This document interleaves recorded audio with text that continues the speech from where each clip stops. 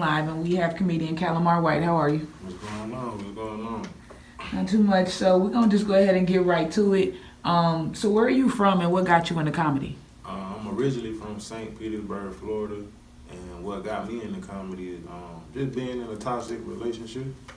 All right, and when you say toxic, explain to me what a toxic relationship or what was toxic about that relationship. What made it toxic was my depression from my failing music career, and I just felt like my life was just spiraling downwards, so I just needed a place to vent, and comedy was the outlet. I just got tired of looking at my girl, and I just said to her, I'm gonna start talking about your ass, and I just got on the stage, wrote some material that described what we was going through, and took it to the stage. And my first time on the stage, I did good. Okay. All right. So, to my understanding, you're from Florida and you moved to Texas, correct? Yeah. All right. So, explain the biggest difference between, I guess, living out there and living out here. Well, one, the water, the beaches. Ain't no beach out here. Two, Texas got some unpredictable weather. And three, it's a lot of opportunities out here in Texas as far as like employment and stuff like that. No, that's very true. That's very true. Yeah. So who have you opened up for in the DFW? I've seen you doing a lot of things just as far as like the major comedians, man. I've seen you opening up for a lot of them. So who have you opened up for? One talented comedian, Lavelle Crawford, D. Ray Davis, Michael Blackson, just to name a few. All right. And I guess what I've seen you do, or the thing that I know you from, is from your viral video, Fuck My Job, right? Yeah.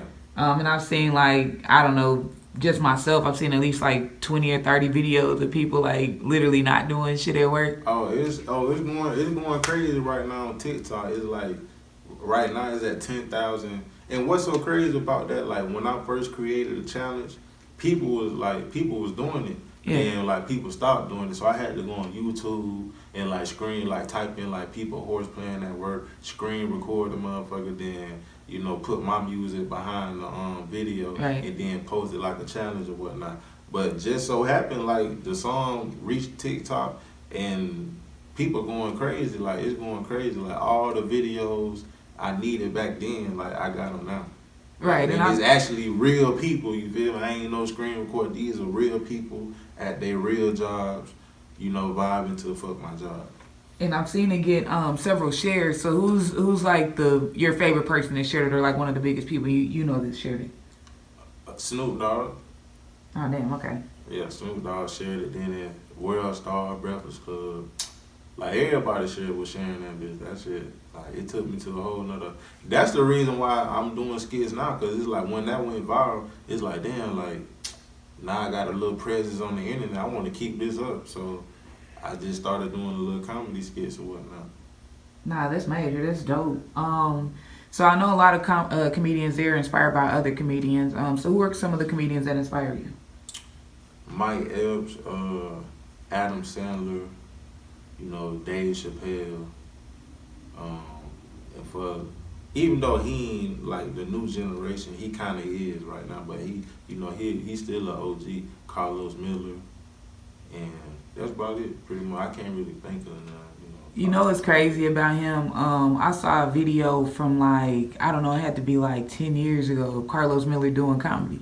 That nigga was on Comic View. People don't even know that. Yeah, and I seen that shit and I was like, damn, I wanted to share it. That's why because I say know a lot he of like people don't new know. generation, but Yeah. he really an OG. Yeah. Like, people know him like, Yeah. That nigga was on Comic View back in the day. Man. And he slayed him, rest in peace, but Tommy from Martin. I don't know his real name, but he was one of the judges and he knocked his socks off. We brought him back like week after week, you know what I mean? And I saw him like climb to the top, but I had never seen him that young doing comedy before. I thought he was just, brand new too. And that just goes to show like this comedy is a grind. Like, oh yeah. Nigga, and I'm ready for like the.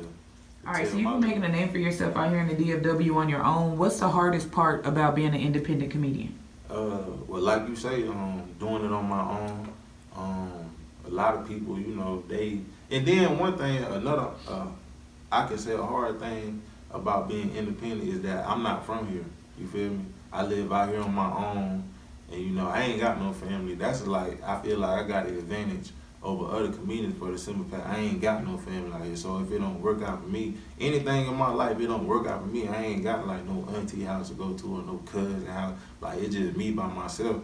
And me performing out of town, you know, like it gave me the perspective, you know, like damn, I'm from out of town, you know, I gotta go hard. So even though I live out here in Dallas, I still got that perspective because I know I ain't from out here, so I gotta go hard, you know, represent where I'm from.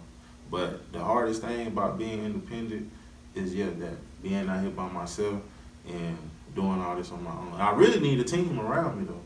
I really do. That's what's up. So how do you practice your material?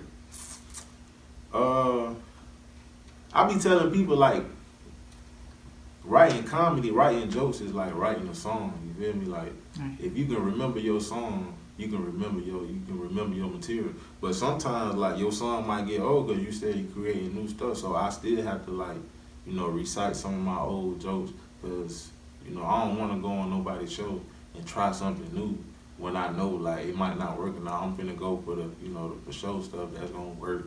And with that being, you know, I gotta, you know, still recite some of my lines to myself.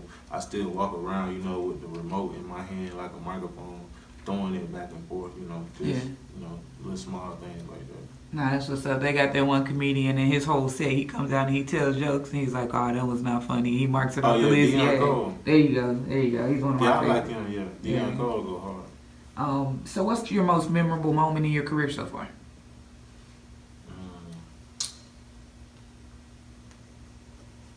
The fuck my job. Okay. Cause like I feel like that's still finna be the #1 song in the country. It's just like, you know, it's happening organically. Like it ain't being rushed. Like it's making its way across the world. Like it's gonna pick up. You plan on shooting like an actual like major video for that? It is. Oh, you already have one? Yeah, it was shot by Jeff Adair. What the hell? Okay, where can people go to find it? On YouTube, Calimar White, Fuck My Job. It'd be like the first thing that come up. Okay, now I gotta go check it out when I leave. So how did you realize you were funny? Did somebody tell you, or were you just like, damn, I'm funny than a motherfucker? Nah, I always kind of knew I was funny to myself because I grew up an only child, and I was always left with my own imagination.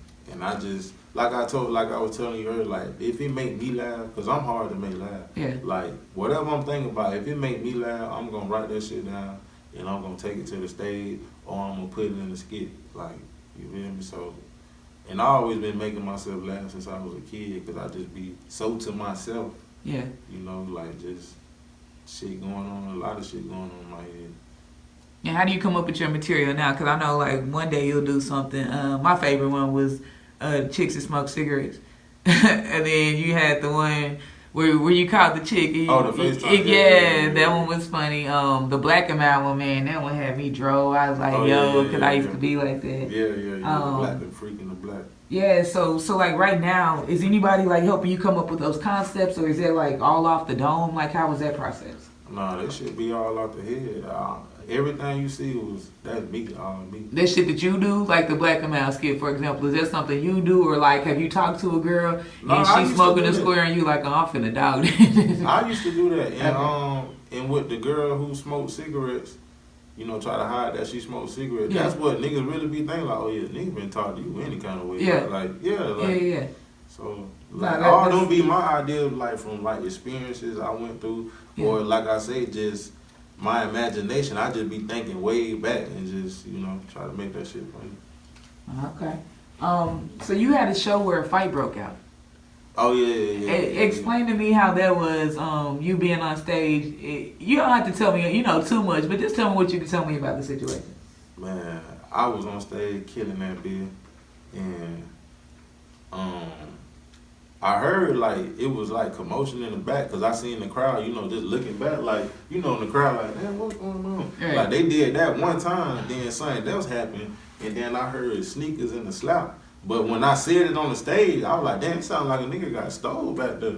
Like I was just playing, cause that's what it sounded like. You know, that's what the shit sounded like to me, cause I know what it sounded like. Nigga get stole.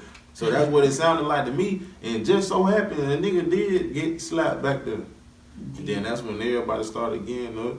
But I kept going though. I just made, you know, fun of the whole situation, what was going on stage.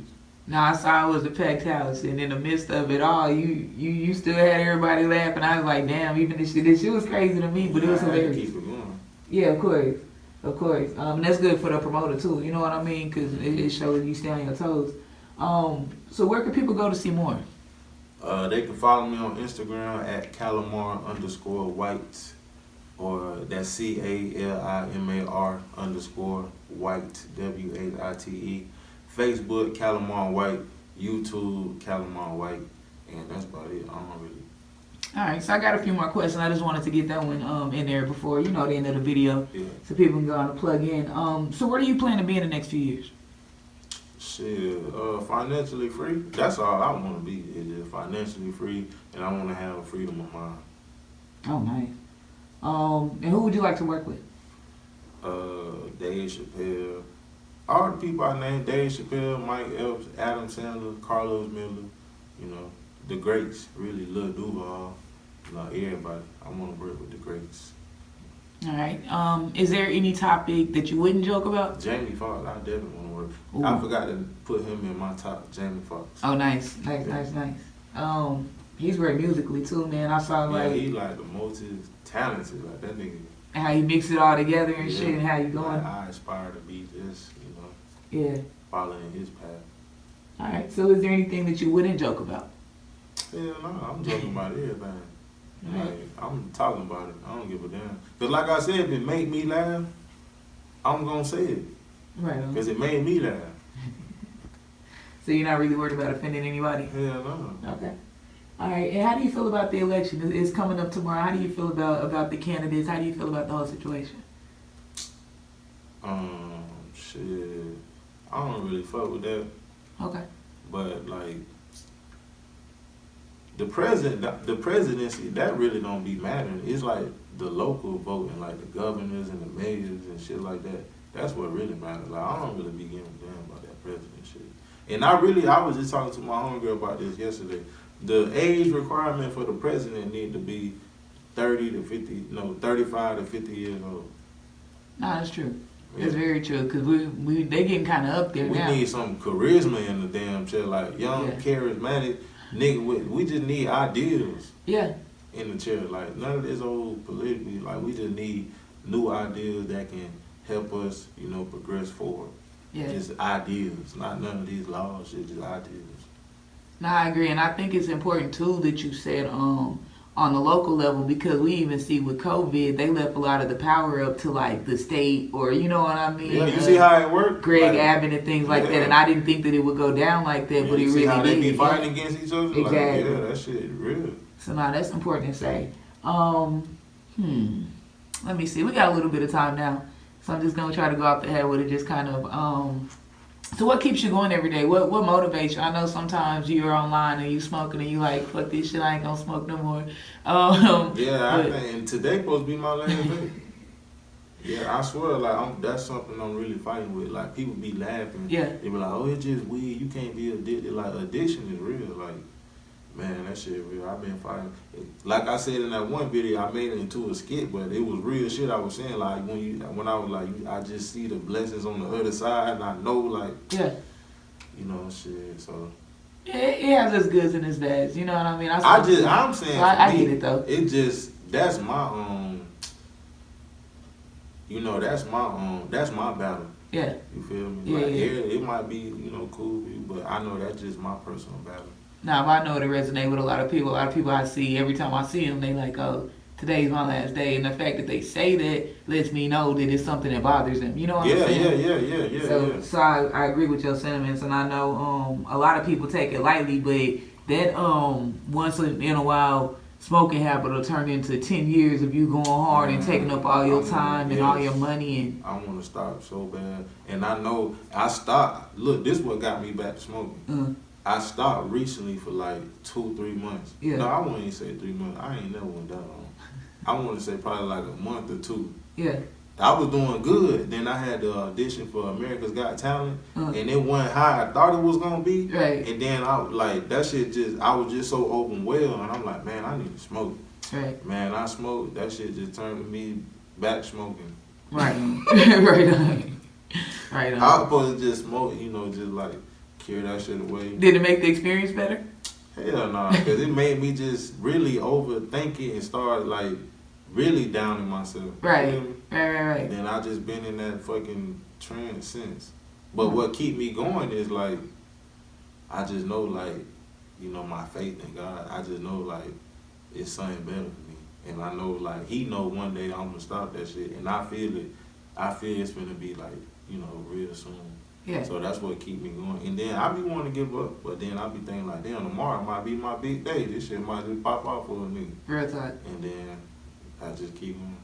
Cause I swear like the weed made me like that. I was doing like 3-4 videos a week. Right. You feel me? Like when that transition, I wasn't smoking, then I started back smoking. Yeah. And I'm like, you know what? I think I'm doing too much. I'm just do 2 now. Right. Cause a nigga just being lazy. Right. You feel me? I'm like, man, like I can't do that, man. Nah, That's why I do 2 a week now, cause like nigga just be mentally lazy. Yeah. And shit like, but I keep going though. People don't know that. Like people from the outside looking in like, oh damn, this nigga going, this nigga consistent. Yeah. But they really don't know like, nigga, I really can go hard. Just this weed. Right. Like, I'm struggling with this shit. You feel me? Like Yeah. this is the point of my life.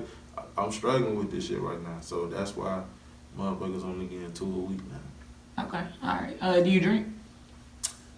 I try to drink, Okay. but I don't know my limit. So when I do drink, it's probably just like a little beer or some shit, a Corona or a Hennessy margarita.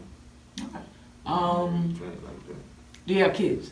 Yeah, I got 2 daughters. My oldest in Florida, and my youngest out here in Texas. Okay. And how has being a father changed you? If it's changed you? It just made me go harder because I want to leave something behind for my kids. Especially like that one song, Fuck My Job. When that shit make it big, I'm going to leave that as an asset to my kids. They going to forever hear about that. Okay. Yeah, and I want to like leave them land and just make sure they got all the shit like I never had growing up. Even though they 2 girls, they going to grow up to be 2 women. But it's just a simple fact, like you can ask for something and know you can get it without worrying about, you know, your parents having to struggle to get the motherfucker. Yeah. Right. What's your current relationship status? I'm single, you know. I do want to be married by the time I'm 35. And yeah, that's about it, man. I'm single and, you know, I'm just living life. Okay. All right, well, we're about to get out of here. So this is Under Wraps Live, comedian Calimar White. You know what I mean? Classic Jones.